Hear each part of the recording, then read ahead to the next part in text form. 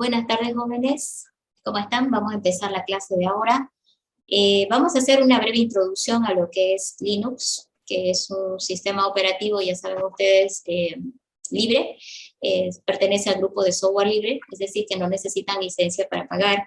De todas formas, la idea de aprender este semestre o de trabajar con este sistema operativo es que aprendamos nosotros a trabajar con el símbolo de sistema o la shell o el ambiente de comandos de un sistema operativo.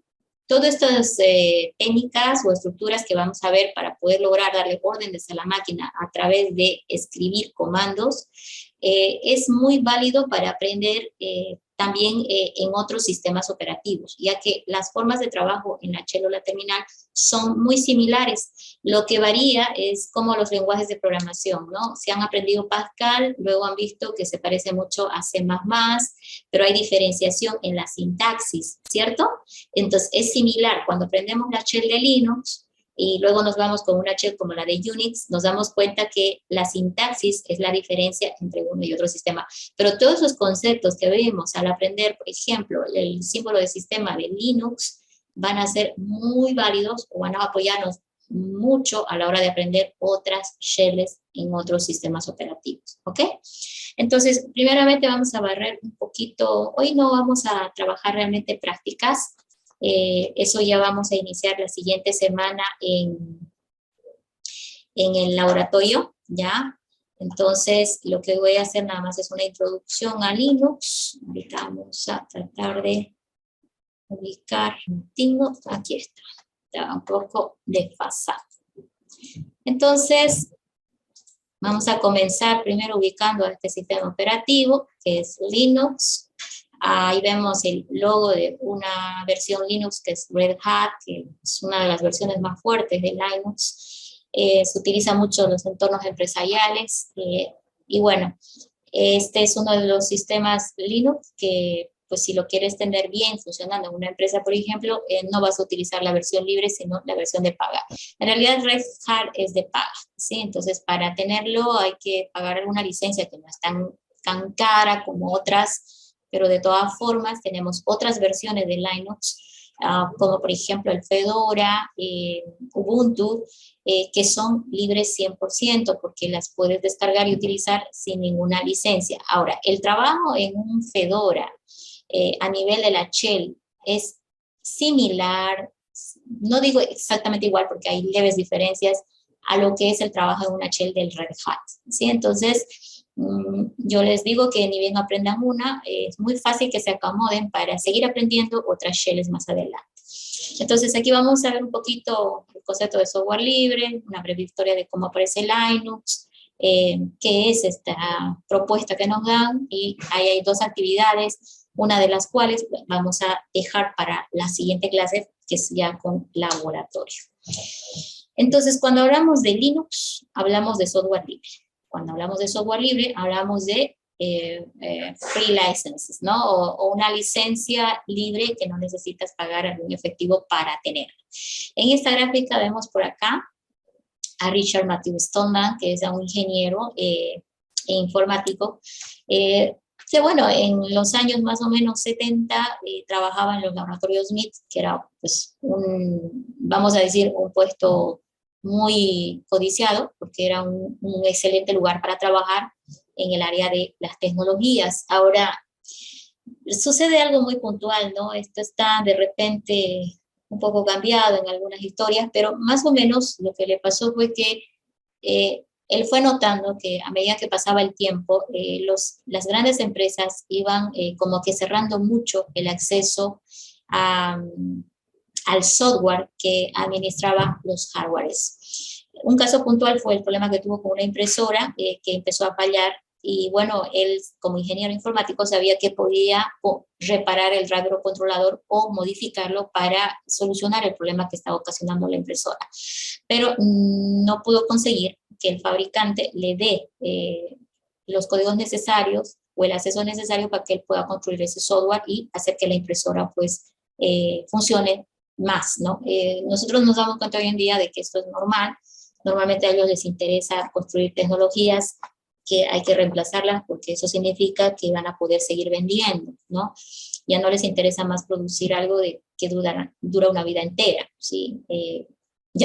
Hay cosas que a veces uno dice, las pasamos por alto.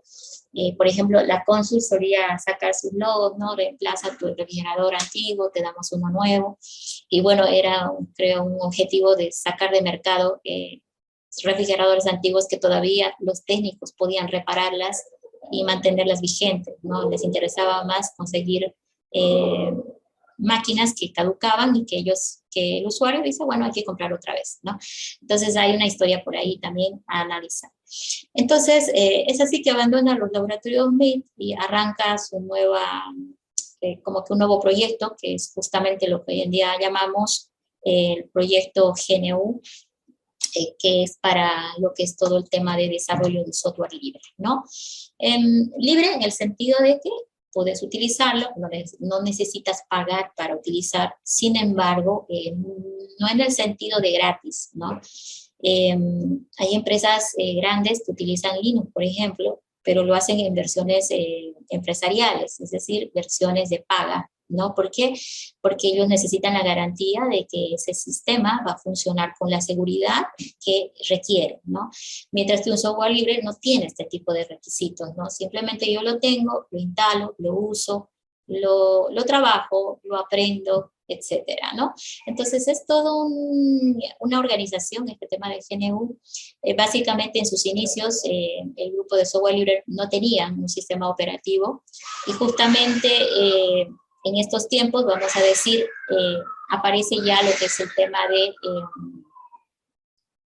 el uso de software libre. Sin embargo, pues si revisamos un poquito la historia, en estos tiempos, más o menos los 80, aparece un estudiante finlandés que empieza a estudiar la teoría de sistemas operativos y empieza a aplicar. Había un sistema operativo de prueba en ese tiempo que se usaba mucho, desarrollado por el profesor Tannenbaum. El sistema se llamaba Minix, ¿no? Entonces, basándose en Minix, él logra reconstruir el sistema operativo y construye uno nuevo, y en este caso le llama Linux. Ahora, Minix tenía una estructura similar a un sistema operativo de ese tiempo llamado Unix. Entonces, muchos dicen que, bueno, de Unix le puso Linux, pero bueno, eso ya es algo un poquito más a discutir. Sin embargo, es muy probable, ¿no?, que haya tomado un poquito la base del nombre Unix para crear a su nuevo sistema, en este caso Linux. Ahora, Stallman, en realidad, hasta la fecha, más o menos los 80, no tenía sistema operativo, pero ya una vez que Linux Torvalds saca su primera versión de Linux, se contacta justamente con este grupo GNU para introducir al grupo de software libre a su sistema operativo, ¿no? Entonces, en estos años, el Internet era el boom, ¿ya? El boom, es decir, la novedad. Se empezó a utilizar mucho en las universidades, el gobierno empezó a ocuparlo para comunicaciones, y cuando Linus Torvalds puso su sistema operativo en Internet para ser descargable de los servidores públicos de manera free, entre comillas, ¿no? Pues todo el mundo empezó a hablar de Linux, ¿no? Como que le fue una buena estrategia para que sea conocido, porque si uno se da cuenta, y él lo hizo en su momento, cuando quiso publicar su sistema operativo, se hubiera puesto en el afán de competir con Microsoft, que estaba muy fuerte, o los Mac OS, que también estaban compitiendo por la elegancia que tenían, es probable que no hubiera llegado a tener mucho éxito, ¿no? Seguro se lo hubieran comido remorado muy rápido, pero su idea de ponerlo free, ¿no?, y ponerlo libre para que otros estudiosos del área, otros informáticos, otros hackers, etcétera, se pusieran a descargar, le encontraran errores, le dieran sugerencias, hizo que nazca todo un grupo nuevo, que de hecho actualmente sigue vigente, ¿no? Linux tiene algunos sitios o foros en los cuales te dan mucho soporte a Linux, ¿no? Si tú te lo descargas, lo instalas, lo pruebas, lo encuentras errores, puedes en estos foros sugerir la reparación de ese software o incluso dar el código para repararlo o identificar errores o fallas que tú hubieras descubierto, ponerlas en los foros de tal manera de que ellos, ¿no?, el grupo que trabaja en esto, lo mejoren, lo arreglen o tomen en cuenta tus sugerencias, ¿no? Entonces, se volvió como que un sistema de todos, ¿no? Porque todo el mundo podía opinar, modificarlo, obviamente mediando, ¿no?, con este grupo original que llevaba la administración del sistema.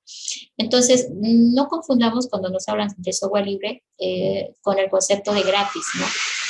Cuando hablamos de free, en informática no hablamos de gratis, hablamos de libertad, ¿ya? Libertad de usar.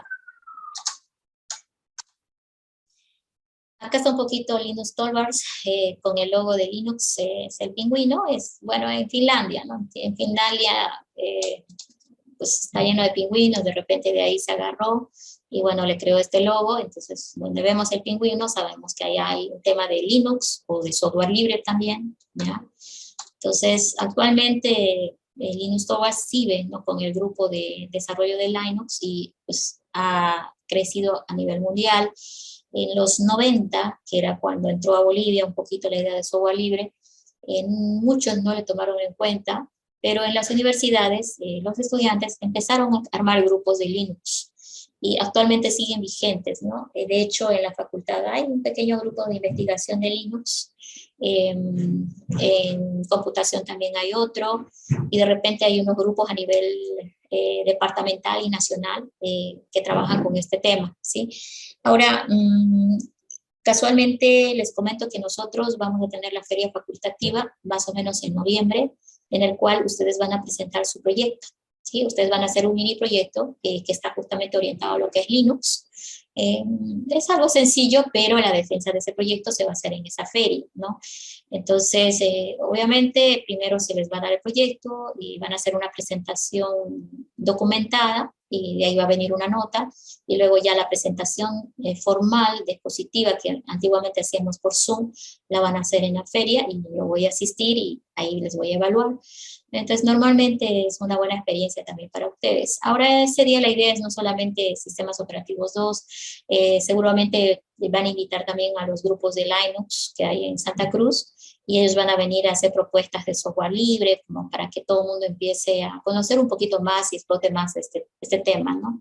Ya que existe una gran cantidad de software libre que no es conocido o no se utiliza. Entonces eso ya les voy adelantando para en noviembre más o menos, ¿ok? Entonces, Linux es como que un similar al sistema operativo Unix, en el sentido de su forma, estructura e incluso apariencia, ¿ya? En sus inicios Linux era una pantallita negra como esta, ¿sí? Y de a poco le fueron poniendo también el escritorio, el cual no era como el de Microsoft, no era como de Macintosh. De hecho, yo cuando vi la primera versión que yo manejé, no me gustó nada porque el escritorio lo veía muy rudimentario. Era como bajar, ¿no?, de un Windows que ya estaba bastante amigable, bastante elegante, a un rudimentario Linux. Pero actualmente sus ambientes de escritorio han mejorado mucho y le han dado cierta importancia, y pues ahora son bastante populares, ¿no? Entonces, sin embargo, el espíritu de Linux no era realmente potenciar la parte del escritorio, sino su otra parte, que era la shell, ¿ya? En esta gráfica vemos una comparativa de Unix con Linux. Veamos primero qué es lo que tienen similar. Ambos tienen un ambiente gráfico, que es el escritorio, y tienen un ambiente de shell o de símbolo de sistema, de la pantalla negra, que es lo que nosotros este semestre vamos a trabajar. Ambos sistemas operativos tienen un núcleo central, el cual contempla principalmente el administrador de procesos, el administrador de memoria principal y el administrador de las operaciones de entrada y salida que ejecutan los periféricos. Si vamos por lo que ellos tienen en diferencia, nos iríamos a lo que está con rojo, ¿no? Principalmente Unix es una licencia de paga, tiene licencia BSD. De hecho, si tú buscas Unix para descargarte pirateado o instalarlo en una máquina virtual, no lo vas a encontrar, ¿sí? No hay una versión que realmente se haya logrado piratear de Unix. Aparte es un sistema operativo muy potente en el sentido de que esté tiene mucha seguridad, ¿ya? Realmente virus conocido no tiene. Sin embargo, si nos vamos a Linux, ¿no? Este tiene el tema de la licencia GNU, es una licencia libre de uso experimental, y un plus a ello es que normalmente si ellos tienen una versión libre, tienen a la par otra versión que es de paga, por eso dice licencia BCD, y normalmente esto le llamamos versión de producción, y esta es la que les ofertan a las empresas que lo que quieren es un sistema operativo fuerte en seguridad, ¿no? Y eso es lo que les garantizan en la BCD, no solo el tema de seguridad, sino el tema de soporte, ¿no? Que si tienen algún problema, ellos les dan el soporte técnico para solucionar, ¿ya?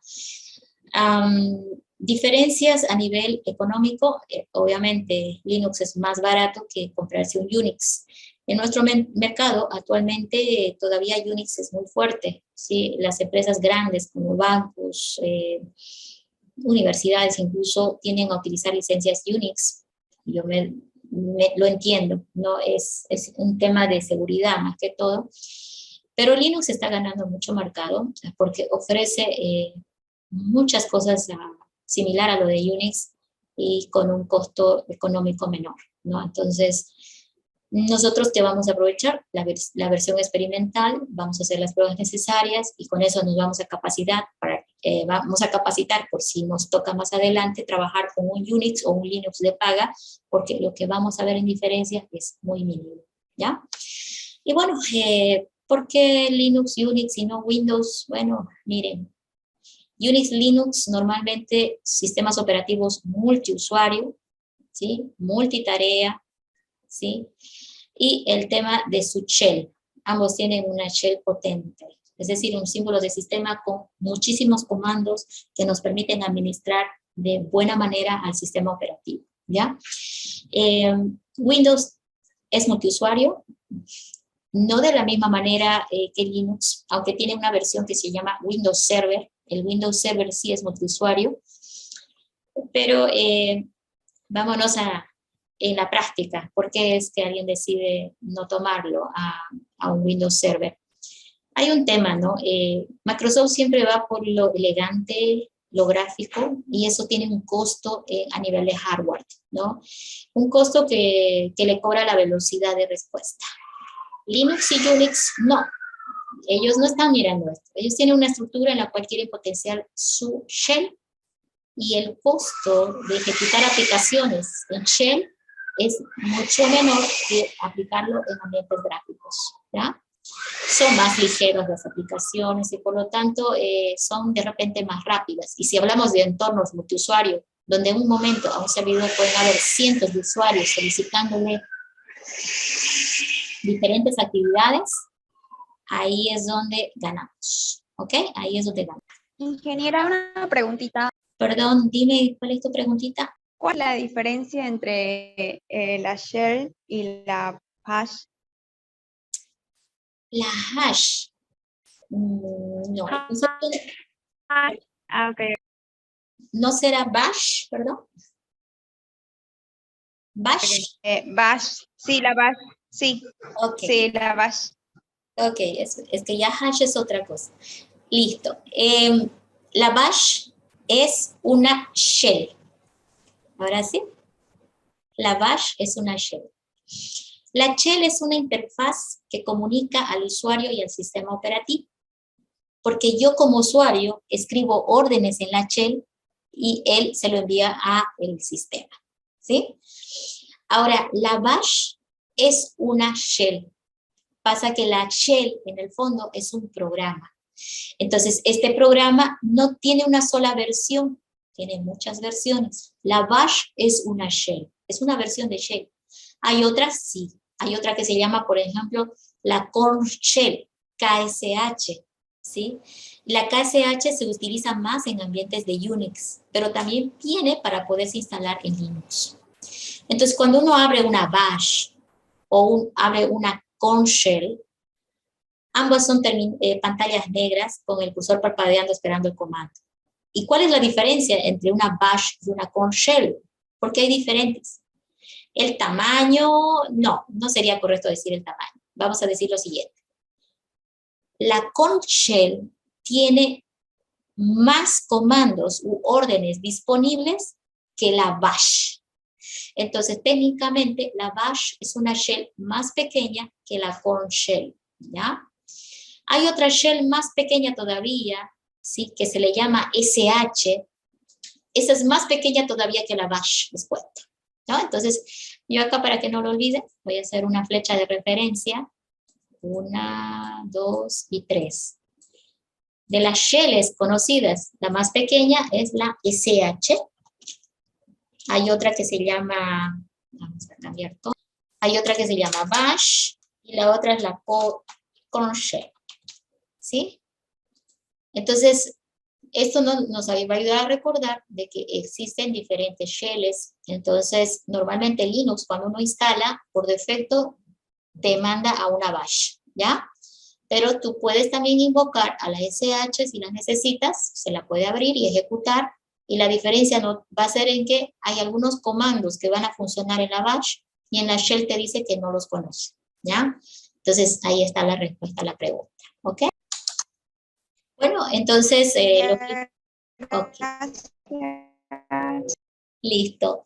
Para concluir lo que le habíamos comentado, nosotros vamos a usar la bash para aprender la shell, pero los comandos que veamos le van a funcionar a la Korn shell también. Y alguno que otro no funciona en la SH, porque la SH te dice que no lo conoce, ¿ya? Bueno, entre los Linux que hay, entonces, son las versiones de producción, que hay que, en este caso, pagar, ¿ya? Y las versiones de desarrollo, que se le llama versión experimental, que es la que nosotros utilizamos para aprender Linux, por ejemplo. Es la que está libre de descarga en Internet. Entonces, como ya entendemos el concepto de lo que es una shell, vamos a tener que entender también que cuando trabajamos dentro de la shell, habrá que abrir este programa. Lo han hecho el anterior semestre. ¿Se acuerdan que ustedes instalaron Linux de prueba y cuando estuvieron haciendo la defensa de su proyecto, yo les decía, bueno, necesito que me abras el programa llamado terminal. Necesito que me abras una terminal y en esa terminal necesito que me ejecutes la siguiente orden, ¿verdad? Entonces, en ese momento, ustedes al abrir la pantallita negra ya abrieron lo que se llama la shell. Entonces, ¿cómo entramos a la shell de Linux? Si estás en una máquina, bueno, con el sistema operativo de Linux, con su escritorio, buscas al programa llamado terminal, ¿sí? Entonces, desde una PC, normalmente abrir el programa, ¿sí? Y desde esa terminal ingresamos a la shell de Linux. Ahora, normalmente cuando nos conectamos a Linux, no lo hacemos a través de la terminal, lo hacemos de manera remota. Y cuando lo hacemos de manera remota, el sistema operativo nos pide estas dos cosas. Nos pide un login y un password. Y el login es, en el fondo, el usuario y el password es igual a la contraseña. ¿Sí? Entonces, cuando ustedes instalaron Linux, terminaron de instalar el escritorio, ¿no es cierto? Les decía, introduzca el usuario, o seleccionaban el usuario de la lista y le ponían la contraseña y abrían el escritorio de Linux. Como ya estaban con usuario y contraseña, decirle al programa terminal que se abra, no le obligaba a que vuelva a pedir login y password. Ya era por defecto la terminal, entraba a la shell con este usuario y contraseña que acá tenías, ¿ya? Entonces, en nuestra primera práctica, vamos a hacer un ensayo de la instalación de Linux, ¿ya? Eso es el próximo martes. Recuerden, es necesario que ustedes repasen un poquito el uso de la máquina virtual de VMware, y repasen un poco de la instalación de Linux, porque vamos a tener un primer taller evaluativo el próximo martes. Evaluativo significa que voy a tomar nota y vale por prácticos, ¿ya? Acuérdense que los prácticos se acumulan con talleres evaluativos y lo que ustedes se llevan para resolver en casa, etcétera, ¿sí? Entonces, vamos a ir empezando evaluación este martes en laboratorio. Ustedes, para no fracasar, repasan, por favor, el mini proyecto que hicieron el semestre anterior para que no tengan problemas de recordar cómo usar el VMware o la máquina virtual, cómo crear máquina virtual, cómo configurar Linux. Recuerden que era un poquito especial a la hora de configurar las particiones de discos o puntos de montaje, y el tema de la memoria RAM o la memoria virtual que se tiene que definir en el momento de instalación, ¿ya? Eso es importante que ahora que terminemos, lo recuperen del semestre anterior, tienen todavía acceso al material, ¿sí? Por plataforma o por las listas de reproducción de YouTube. Las dos están todavía disponibles. Ahí está para que recuerden y tomen sus notas necesarias, cosa que ese taller no sea erróneo. Ahora, ese taller no puedes utilizar apuntes, por si acaso, porque es evaluativo. Quiero ver hasta dónde llegan y cuántos de ustedes llegan a ese punto sin necesidad de apuntes, ¿ya? Entonces, sin embargo, durante la práctica, yo les voy a ayudar con una sola pregunta. A todo el mundo le puedo ayudar una sola vez, ¿ya? Y bueno, lo demás tienen que ustedes hacerlo solitos. Van a tener un tiempo ajustado para lograr el ejercicio que está enfocado en gran manera a lo que es la instalación de Linux. ¿Listo? Entonces eso no olviden este martes que viene. La pregunta para ustedes, ¿Linux es igual que Unix? ¿Linux es igual que Unix? Deriva de Linux, digo de Unix, pero no es No es, muy bien. Deriva, su construcción está basada en Unix, podemos decir. exactamente lo mismo. ¿Sí? Tiene otras funciones. Es basada, sí, pero acuérdense que no es exactamente Unix, ¿no? Linus Torvalds utilizó Mimix, ¿no? Y Mimix estaba basado en Unix. Entonces hay que recordar un poquito la hilerita, ¿ya? Entonces Linux fue diseñado basándose en Mimix, que era un sistema operativo no de computadora, en realidad fue un sistema que creó Tannenbaum para enseñar sistemas operativos en las universidades. ¿Por qué no había un Linux? Pues no, él tenía su Linux para lograr lo que yo voy a hacer con ustedes, Linux, por ejemplo. Entonces, y Mimix era un sistema que nació en la época en que Unix era parte de los softwares que administraban las universidades americanas. Unix al principio no era de paga, nació en una universidad. ¿En qué momento se volvió de paga y todo eso? Bueno, no hay un dato histórico que nos diga, pero se entiende que esto sucede normalmente, ¿no? Por ejemplo, se dice que la feria Exposición fue una creación de la Gabriel René Moreno como universidad, pero como ya cumplió su rol pues seguramente crear la empresa, iniciarla, en algún momento se quedó pues en otras manos, ¿no? Ahorita lo tienen los empresarios, es privada la Feria de Exposición, ¿sí? Entonces creo que algo similar sucedió, pero bueno, no hay datos para afirmar o decir que sí o no, pero ahí está la idea, ¿no? Entonces, está bien, se parecen, ¿no? Pero no son iguales, exactamente, ok. Bueno, aquí dice que el taller... Disculpe, una preguntita. Mac deriva de Unix. De los Mac OS, ¿no es cierto? Me está consultando. De los de Macintosh, ¿sí? No le escucho muy bien. Sí, el Mac OS. Ok, el Mac OS es el sistema operativo que viene en los equipos de Apple, ¿sí? De Macintosh. Bueno, hay mucho que se ha hablado en la historia, ¿no? De qué pasó, ¿no? Pero es interesante la época en que aparece Microsoft con un sistema fuerte en el mercado, ¿no? Si ves un poquito de la biografía de los exponentes de estos sistemas operativos, los creadores, Microsoft fue creado por Bill Gates. Mac OS fue creado por, su nombre, ¿quién se acuerda? El nombre de creador de Apple, Steve Jobs, ¿no? Steve Jobs diseñó su sistema operativo. Entonces, ¿qué fue lo que pasó? Cuando nacieron los sistemas operativos en la primera generación de computadores, segunda generación de computadores, el sistema operativo era una pantalla negra donde el sistema esperaba una orden escrita para ejecutar la orden. O sea que el sistema operativo no era muy amigable. Era pequeñito, sencillo, simple. No había ratón o mouse, no había escritorio, no había icono.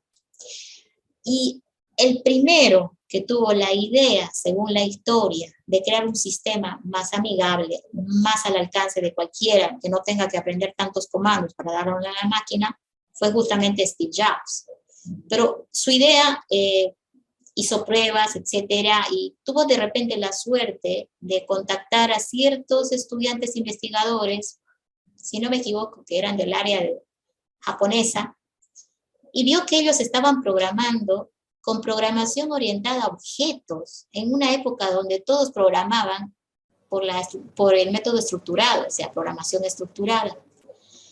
Y esa nueva modalidad de programación o esa nueva forma de programación, esa nueva estrategia de programación, dio lugar al nacimiento de lo que es el concepto de el objeto o la clase.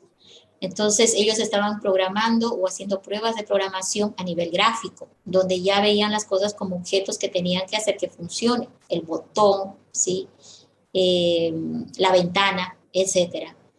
Y es ahí donde Steve Jobs, cuando miró esos programas que estaban, son los primeros programas gráficos, ¿no? que estaban creando, se le vino la idea de que así sería bueno tener un sistema operativo porque sería más fácil de hacer un clic y que la computadora te haga caso. O sea, le nació la idea.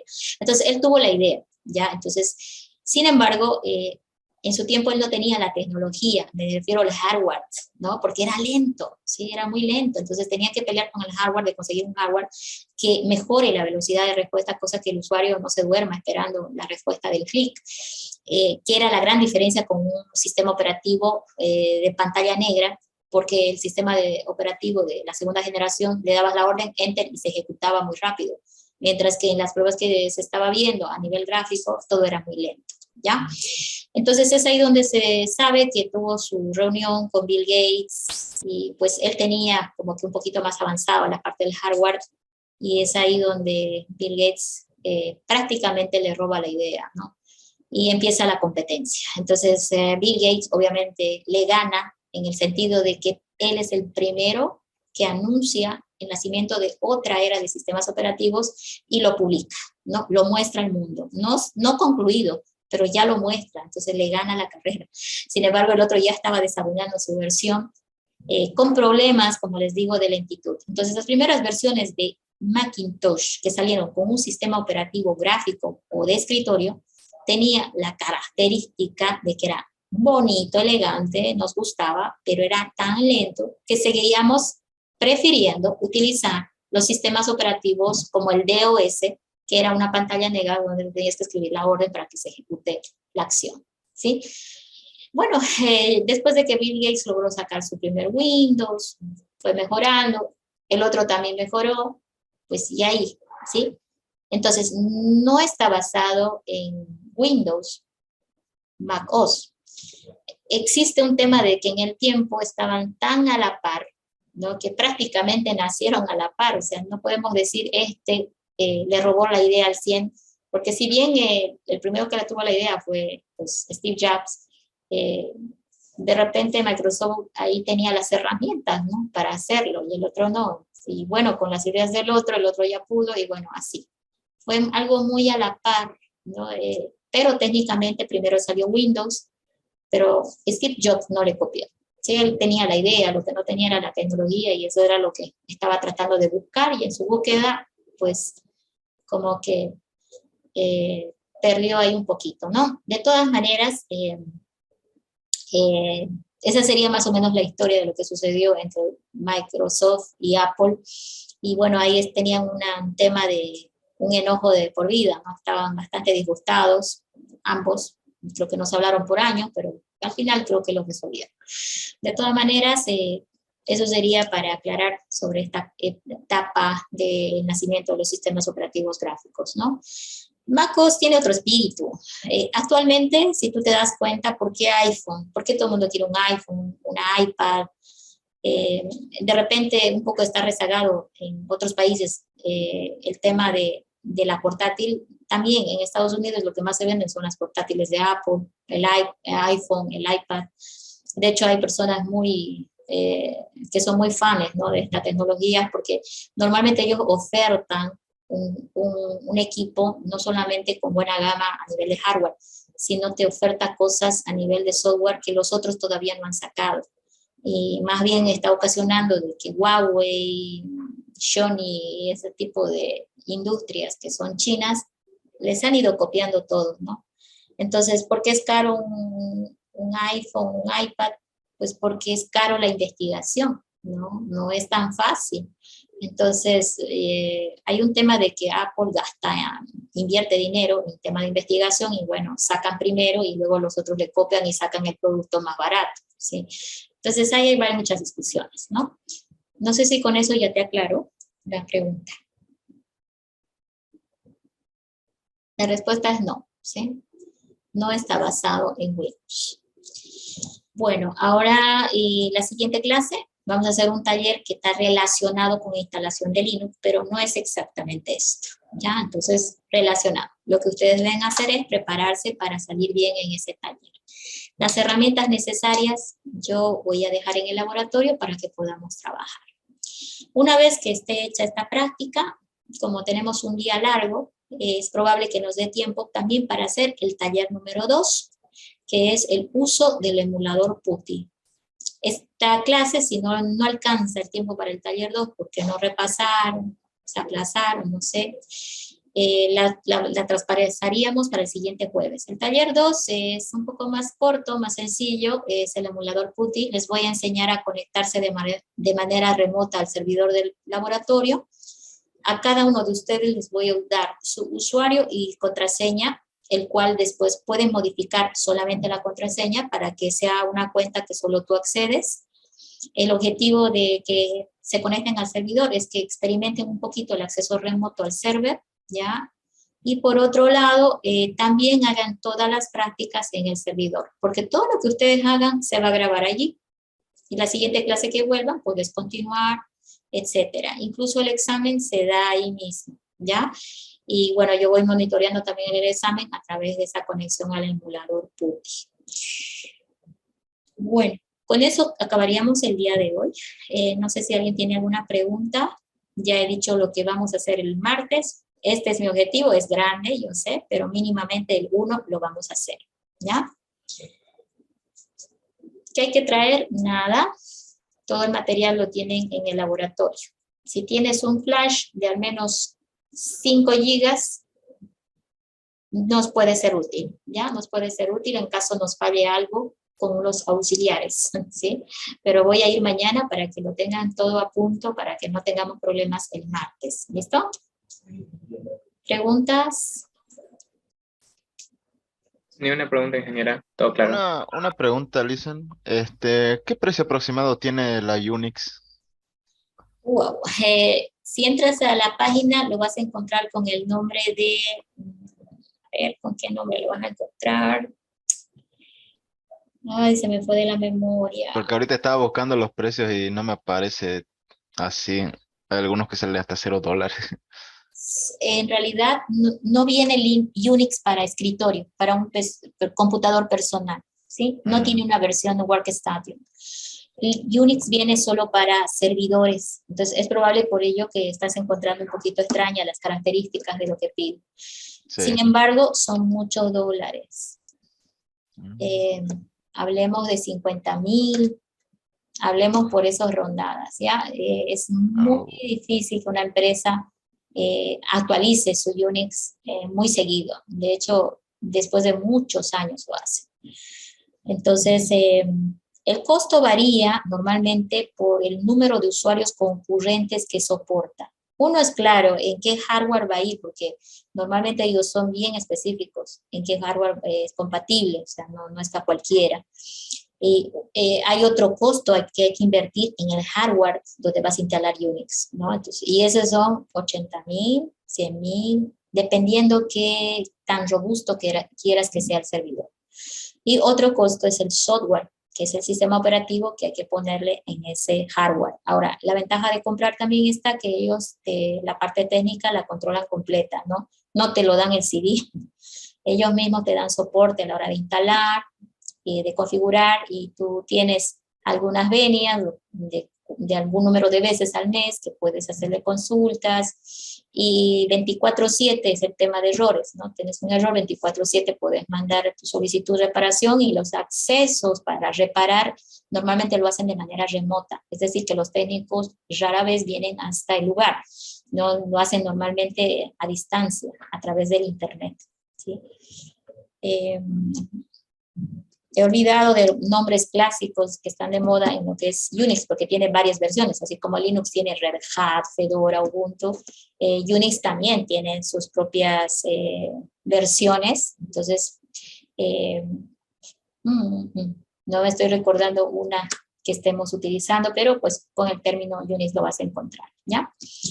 Y Linux, sin embargo, viene para PC, y viene también para servidor, o sea, hay una versión para PC y hay otra versión de sistema para instalar a servidores, ¿ya?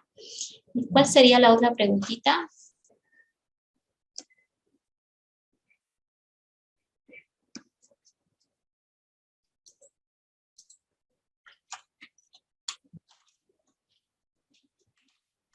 Eso nomás quería saber, Lisa, nada más. Okay, ahorita ya recordé una versión, si quieres investigar, la AIX. Y claro, viene un numerito a continuación del nombre, ¿sí? AIX es una versión de Unix que se utiliza mucho en nuestro medio.